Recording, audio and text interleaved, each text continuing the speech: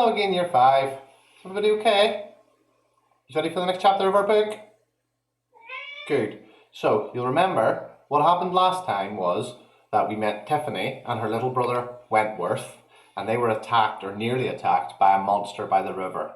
We also met Miss Tick, who is a witch. Now, she was worried about something that was happening in the area where Tiffany lives, on the chalk, and so she decided to join a band of travelling teachers to try and maybe figure out, was Tiffany a witch, although she didn't believe a witch could be grown on the chalk. And Tiffany went to see these group of teachers and was pointed towards this mysterious tent. And we're about to find out what is in, or who is in, that mysterious tent. You ready? Let's go. Chapter 2. Miss Tick. Tiffany read the sign and smiled. Aha, she said. There was nothing to knock on, so she added, knock, knock, in a louder voice. A woman's voice from within the tent said, who's there? Tiffany, said Tiffany. Tiffany who? Said the voice. Tiffany who isn't trying to make a joke. Ah, that sounds promising. Come in. She pushed aside the flap. It was dark inside the tent, as well as stuffy and hot. A skinny figure sat behind a small table. She had a very sharp, thin nose and was wearing a large, black straw hat with paper flowers on it. It was completely unsuitable for a face like that. Are you a witch? Said Tiffany. I don't mind if you are. What a strange question to spring on someone, said the woman, looking slightly shocked. Your Baron bans witches in this country, you know that. And the first thing you say to me is, are you a witch? Why would I be a witch? Well, you are wearing all black, said Tiffany. Anyone can wear black, said the woman. That doesn't mean a thing. And you're wearing a straw hat with flowers in it, said Tiffany went on. Aha, the woman said. That proves it then. Witches wear tall, pointy hats. Everyone knows that, foolish child. Yes, but witches are also very clever, said Tiffany calmly.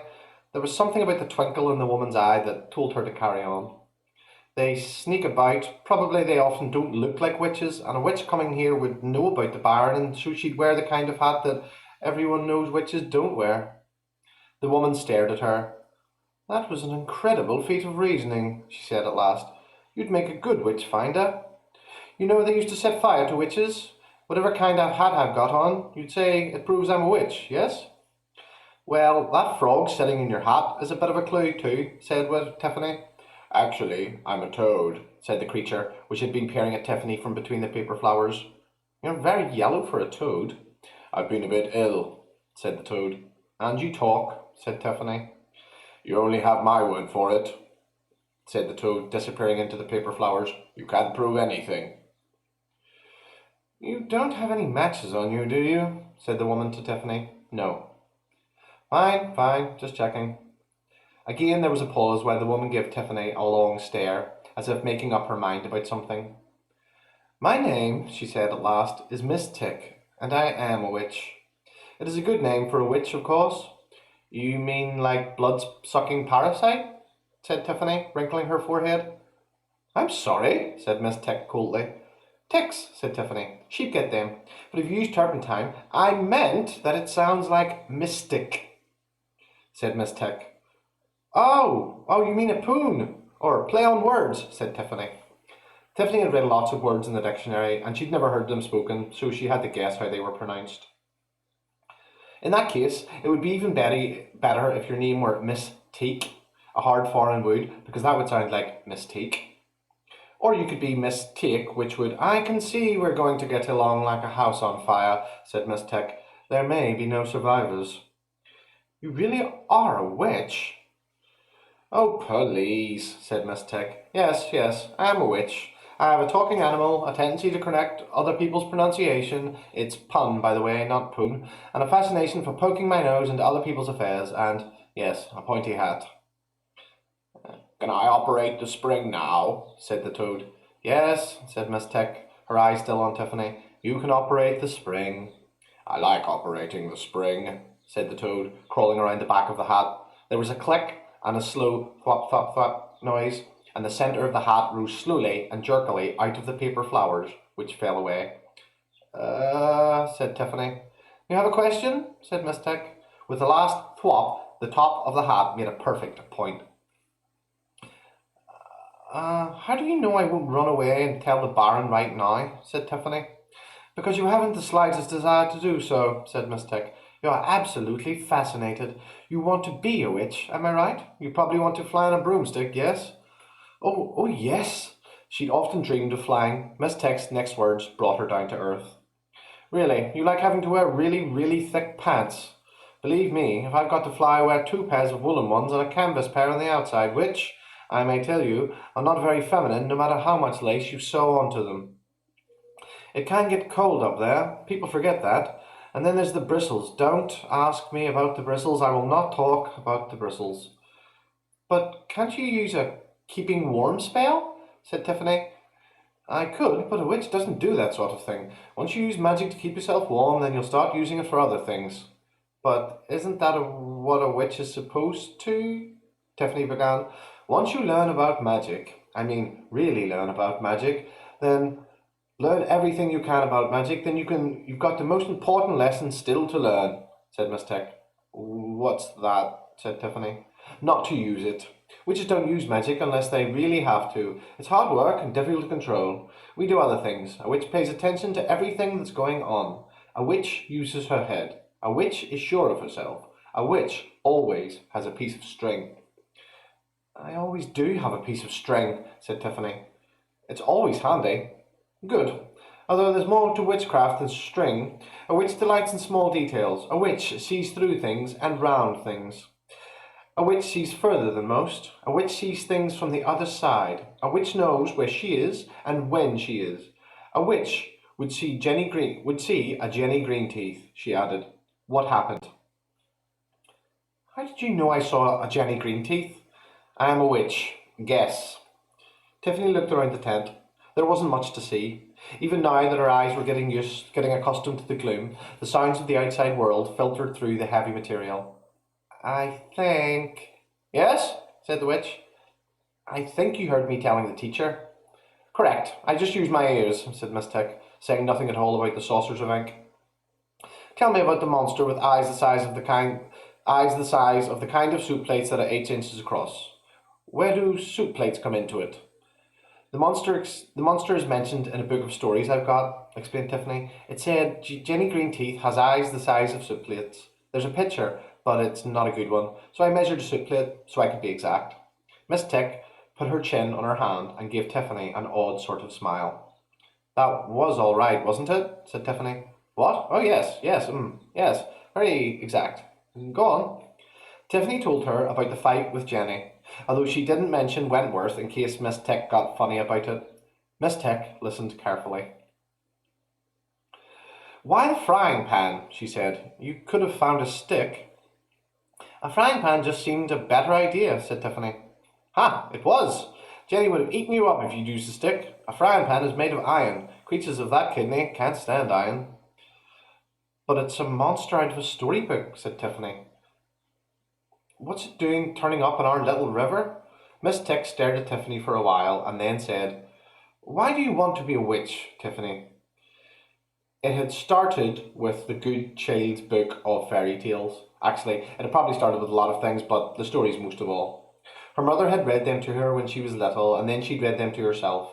And all the stories had, somewhere, the witch. The wicked old witch. And Tiffany had thought, where's the evidence? The stories never said why she was wicked. It was enough to be an old woman, enough to be all alone, enough to look strange because she had no teeth. It was enough to be called a witch. If it came to that, the book never gave you the evidence of anything. It talked about a handsome prince. Was he really, or was it just because he was a prince that people called him handsome? As for a girl who was as beautiful as the day was long, well, which day? In midwinter it's hardly ever got light. The stories didn't want you to think, they just wanted you to believe what you were told. And you were told that the old witch lived all by herself in a strange cottage made of gingerbread, or which ran around on giant hen's feet and talked to animals and could do magic. Tiffany only ever knew one old woman who lived all alone in a strange cottage. Well, no, that wasn't quite true, but she had only ever known one old woman who lived in a strange house that moved about, and that was Granny Aching. And she could do magic, sheep magic, and she talked to animals, and there was nothing wicked about her. That proved you couldn't believe the stories. And there had been the other old woman, the one who everyone said was a witch. And what had happened to her had made Tiffany very thoughtful. Anyway, she preferred the witches to the smug, handsome princes, and especially to the stupid, smirking princesses who didn't have the sense of a beetle. They had lovely golden hair too, and Tiffany didn't. Her hair was brown, plain brown. Her mother called it chestnut or sometimes auburn, but Tiffany knew it was brown. Brown, brown, brown, just like her eyes. Brown as earth. And did the book have any adventures for people who had brown eyes and brown hair? No. No, no, no. It was the blonde people with blue eyes and the redheads with green eyes who got the stories. If you had brown hair, you were probably just a servant or a woodcutter or something, or a dairymaid. Well, that was not going to happen, even if she was good at cheese. She couldn't be the prince, and she'd never be a princess, and she didn't want to be a woodcutter, so she'd be the witch and know things, just like Granny Aching. Who was Granny Aching? Said a voice. Who was Granny Aching? People would start asking that now, and the answer was, what was Granny Aching? Was there? She was always there. It seems that the lives of all the Achings revolved around Granny Aching. Down in the village, decisions were made, things were done, life went on, and the knowledge that in her old wheeled shepherding hut on the hills, Granny Aching was there, watching, and she was the silence of the hills. Perhaps that's why she liked Tiffany, in her awkward, hesitant way. Her older sisters chattered, and Granny didn't like the noise. Tiffany didn't make noise when she was up in the hut. She just loved being there. She'd watch the buzzards and listen to the noise of the silence. It did have a noise up there. Sounds, voices, animal noises floating up onto the downs somehow made the silence deep and complex. And Granny Aching wrapped this silence around herself and made room inside it for Tiffany. It was always too busy on the farm. There were a lot of people with a lot to do. There wasn't enough time for silence. There wasn't time for listening. But Granny Aching was silent and listened all the time. What? Said Tiffany, blinking. You just said Granny Aching listened to me all the time, said Miss Tick. Tiffany swallowed. I think my grandmother was slightly a witch, she said, with a touch of pride. Really? How do you know? Well, witches can curse people, right? Said Tiffany. So it is said Miss Tick diplomatically. Well, my father and Granny Aching cussed the blue sky, said Tiffany. Miss Tick coughed. Well, now, cussing isn't like genuine cursing. Cursing's more like dang and botheration and darn and drat, you know? Cursing is more on the lines of, I hope your nose explodes and your ears go flying away. I think Granny's cussing was a bit more like that then, said Tiffany, in a very definite voice. And she talked to her dogs. And what kind of things did she say to them? Said Miss Tick. Oh, things like, come by, away to me, that'll do, said Tiffany. They always did what she was told. But those are just sheepdog commands, said Miss Tick dismissively. That is not exactly witchcraft. Well, that still makes them familiars, doesn't it? Tiffany retorted, feeling annoyed. Witches have animals they can talk to, called familiars, like your toad there. I'm not familiar, said a voice from among the paper flowers.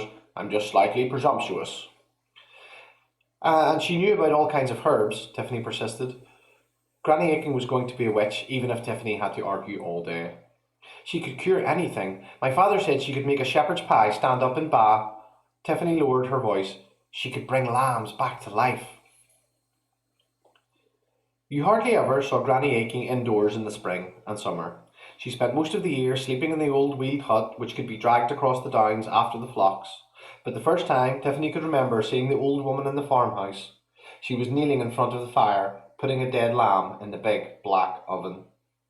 Tiffany had screamed and screamed, and Granny had gently picked her up a little awkwardly and sat her on her lap and shushed her and called her my little jigget, while on the floor her sheepdogs, Thunder and Lightning, watched her in a doggish amazement.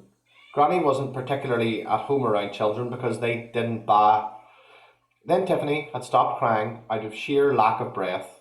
Granny had put her down in the rug and opened the oven, and Tiffany had watched the lamb come alive again. When Tiffany got a little older, she found out that Jigget meant 20 in the Yantan Tethera, an ancient counting language of the shepherds. The older people still used it when they were counting things they thought of as special. She was Granny Aching's 20th grandchild. And when she was older, she also understood all about the warming oven, which never got more than, well, warm. Her mother would let the bread dough rise in it, and the rat bag the cat would sleep in it, sometimes on the dough. It was just a place to revive a weak lamb that had been born on a snowy night and was near death from the cold. That was how it worked. No magic at all. But that time it had been magic, and it didn't stop being magic just because you found out how it was done. Good, but not exactly witchcraft, said Miss Tick, breaking the spell again. Anyway, you don't have to have a witch ancestor to be a witch. It helps, of course, but because of hereditary. You mean like having talents? Said Tiffany, wrinkling her brows. Partly, I suppose, said Miss Tick. But I was thinking of pointy hats, for example. If you have a grandmother who can pass on her pointy hat to you, that saves a great deal of expense.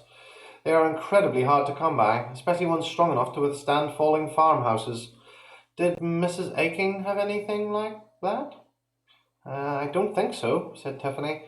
She hardly ever wore a hat except in very cool weather. She wore an old grain sack as a sort of hood. Does that count? For the first time, Miss Tick looked a little less flinty. Possibly, she said. Do you have any brothers and sisters, Tiffany? I have 6 sisters, said Tiffany. I am the youngest. Most of them don't live with us now. And then you weren't a baby anymore because you had a dear little brother, said Miss Tick. The only boy, too. That must have been a nice surprise. Suddenly, Tiffany found Miss Tick's faint smile slightly annoying.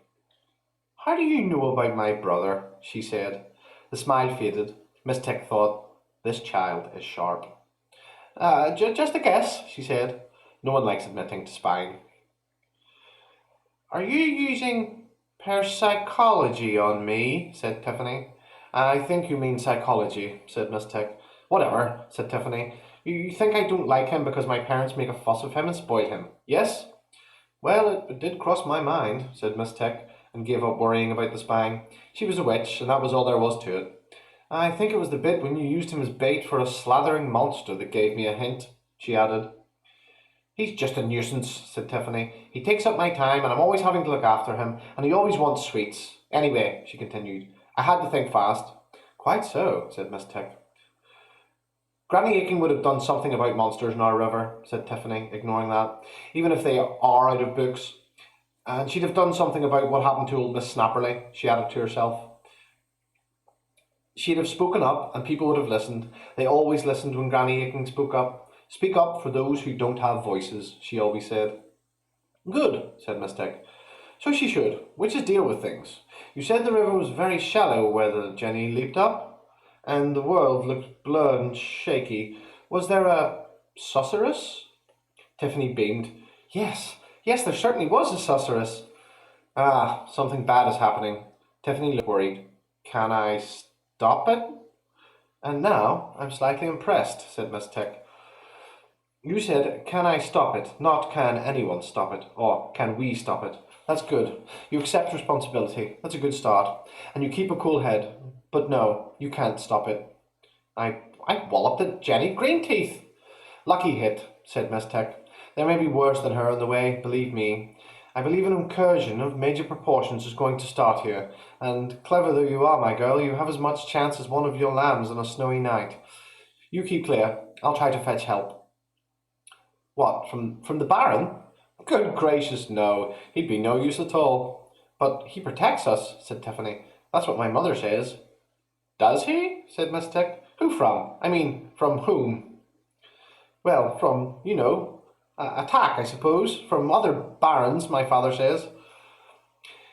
Has he got a big army? Well, he's got Sergeant Roberts, and Kevin, and Neville, and Trevor, said Tiffany. We all know them. They mostly guard the castle. Any of them got magical powers? Said Miss Tick. I saw Neville do card tricks once. A wow at parties, but probably not much use, even against something like Jenny, said Miss Tick.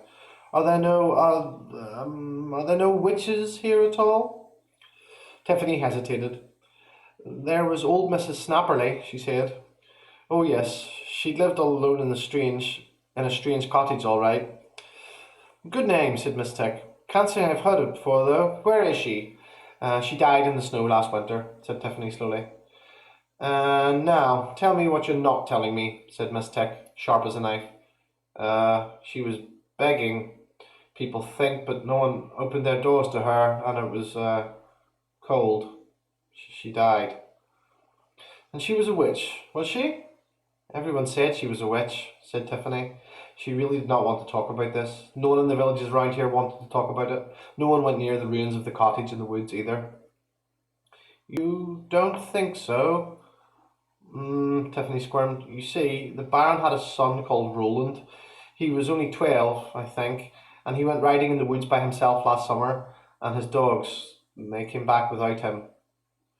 Mrs. Snappily lived in those woods, said Miss Tick. Yes, and people think she killed him, said Miss Tick. She sighed. They probably think she cooked him in the oven or something. They never actually said Tiffany, but I think it was something like that, yes. And did his horse turn up? Said Miss Tick. No, said Tiffany. And that was strange, because if it had turned up anywhere along the hills, these people would have noticed. Miss Tick folded her hands, sniffed, and smiled a smile with no humour in it at all. Easily explained, she said. Mrs. Snappily must have had a really big oven, eh? No, it was really quite small, said Tiffany. Only 10 inches deep. I bet Mrs. Snappily had no teeth and talked to herself, right? Said Miss Tick. Yes, and she had a cat and a squint, said Tiffany. And it all came out in a rush. And so after they vanished, they went to her cottage, and they looked in the oven, and they dug up her garden, and they threw stones at her cat until it died, and they turned her out of her cottage, and piled up all her books in the middle of the room, and set fire to them, and they burned the place to the ground, and everyone said she was an old witch. They burned all the books, said Miss Tick in a flat voice. Because they said they had old writing in them, said Tiffany, and pictures of stars. And when you went to look, did they? Said Miss Tick. Tiffany suddenly felt cold. How did you know? She said. I'm good at listening. Well, did they? The books have pictures of stars in them. Tiffany sighed. Yes, I went to the cottage the next day, and some of the pages, had kind of floated up in the heat. And I found part of one, and it had all old lettering and gold and blue edging. I buried her cat. You buried the cat? Yes, someone had to, said Tiffany hotly. And you measured the oven, said Miss Tick. I know you did, because you just told me what size it was. And you measure soup plates, Miss Tick added to herself. What have I found here? Well, yes, I did. I mean, it was tiny, and if she could do magic and magic away a boy and a whole horse, why didn't she magic away the men who came for her? It didn't make sense. Miss Tick waved her into silence. And then what happened? Then the Baron said no one was to have anything to do with her, said Tiffany. He said any witches found in the country would be tied up and thrown in the pond. You could be in danger, she added uncertainly. I can untie knots with my teeth, and I have a gold swimming certificate from the Quorum College for Young Ladies, said Miss Tick. All that practice of jumping into swimming pool with my clothes on was time well spent. She leaned forward. Let me guess what happened to Mrs. Snapperly, she said. She lived from the summer until the snow, right? She stole food from barns, and probably women gave her food at the back door if the men weren't around. I expect the bigger boys threw things at her as they saw her. How do you know all this? Said Tiffany. It doesn't take a huge leap of imagination, believe me, said Miss Tick. And she wasn't a witch, was she? I think she was just a sick old lady who was of no use to anyone and smelled a bit and looked odd because she had no teeth, said Tiffany. She just looked like a witch in a story. Anyone with half a mind could see that. Miss Tick sighed. Yes, but sometimes it's hard to find half a mind when you need one. Can't you teach me what I need to know to be a witch? Said Tiffany. Tell me why you still want to be a witch, bearing in mind what happened to Mrs. Snapperly. So that sort of thing doesn't happen again? Said Tiffany. She even buried the old witch's hat, thought Miss Tick. What kind of child is this? Good answer. You might make a decent witch one day, she said, but I don't teach people to be witches. I teach people about witches. Witches learn in a special school. I just show them the way, if they're any good. All witches have special interests, and I like children. Why? Because they're much easier to fit in the oven, said Miss Tick. But Tiffany wasn't frightened, just annoyed. That was a nasty thing to say, she said. Well, witches don't have to be nice, said Miss Tick, pulling a large black bag from under the table. I'm glad to see you pay attention. There really is a school for witches, said Tiffany. In a manner of speaking, yes, said Miss Tick. Where? Very close. Is it magical? Very magical. A wonderful place? There's nowhere quite like it. Can I go there by magic? Does it does a unicorn turn up to carry me there or something? Why should it? A unicorn is nothing more than a big horse that comes to a point. Anyway, nothing to get so excited about, said Miss Tick. And that will be one egg, please. Exactly where can I find the school? Said Tiffany, handing over the egg. Aha, a root vegetable question, I think, said Miss Tick. 2 carrots, please. Tiffany handed them over. Thank you. Ready? To find the school for witches, go to a high place near here. Climb to the top and open your eyes. Miss Tick hesitated. Yes. And then open your eyes again. But, Tiffany began, got any more eggs? No, but no more education then. But I have questions to ask you. Got any eggs? Said Tiffany instantly. Ha!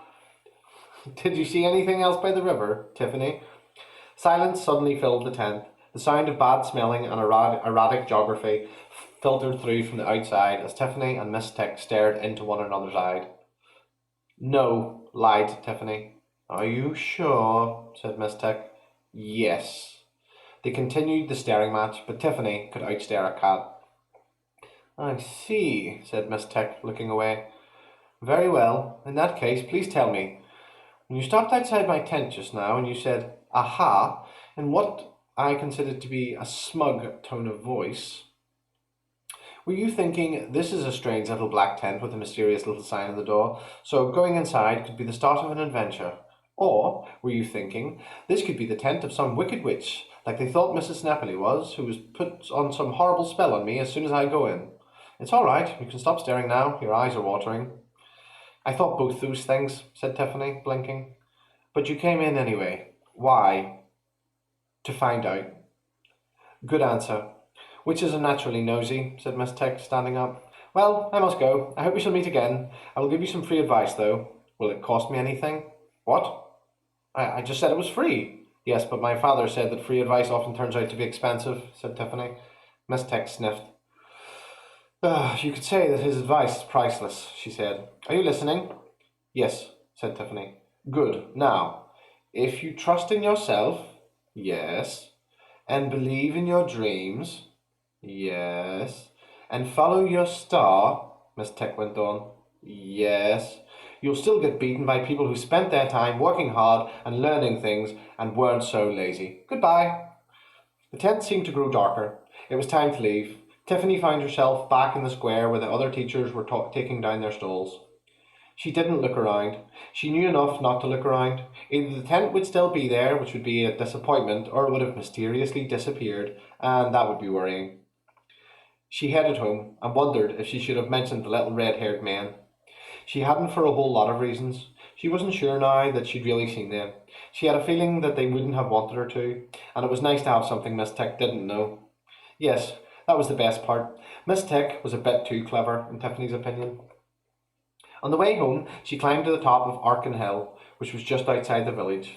It wasn't very big, not even as high as the downs above the farm, and certainly nothing as high as the mountains. The hill was more homely. There was a flat place at the top where nothing ever grew, and Tiffany knew there was a story that a hero had once fought a dragon up there, and its blood had burned the ground where it fell. There was another story that said there was a heap of treasure under the hill, defended by the dragon, and another story that said a king was buried there in armour of solid gold. There were lots of stories about the hill. It was surprising it hadn't sunk under the weight of them. Tiffany stood in the bare soil and looked at the view. She could see the village, and the river, and home farm, and the Baron's castle beyond the fields. She could see the grey woods and the heathlands. She closed her eyes and opened them again, and blinked, and then opened them again. There was no magic door, no hidden building revealed, no strange signs. For a moment, though, the air buzzed and smelled of snow. When she got home, she looked up incursion in the dictionary. It meant invasion. An incursion of major proportions, Miss Tick had said. And now, little unseen eyes watch Tiffany from the top of the shelf. And that's the end of that chapter. What do you think? Still enjoying it, guys? I know I am. It's been a long time since I've read this book. I've read it a few times before, and I'm really enjoying reading it again. So, until next time, take care, everybody. See you all soon. Bye.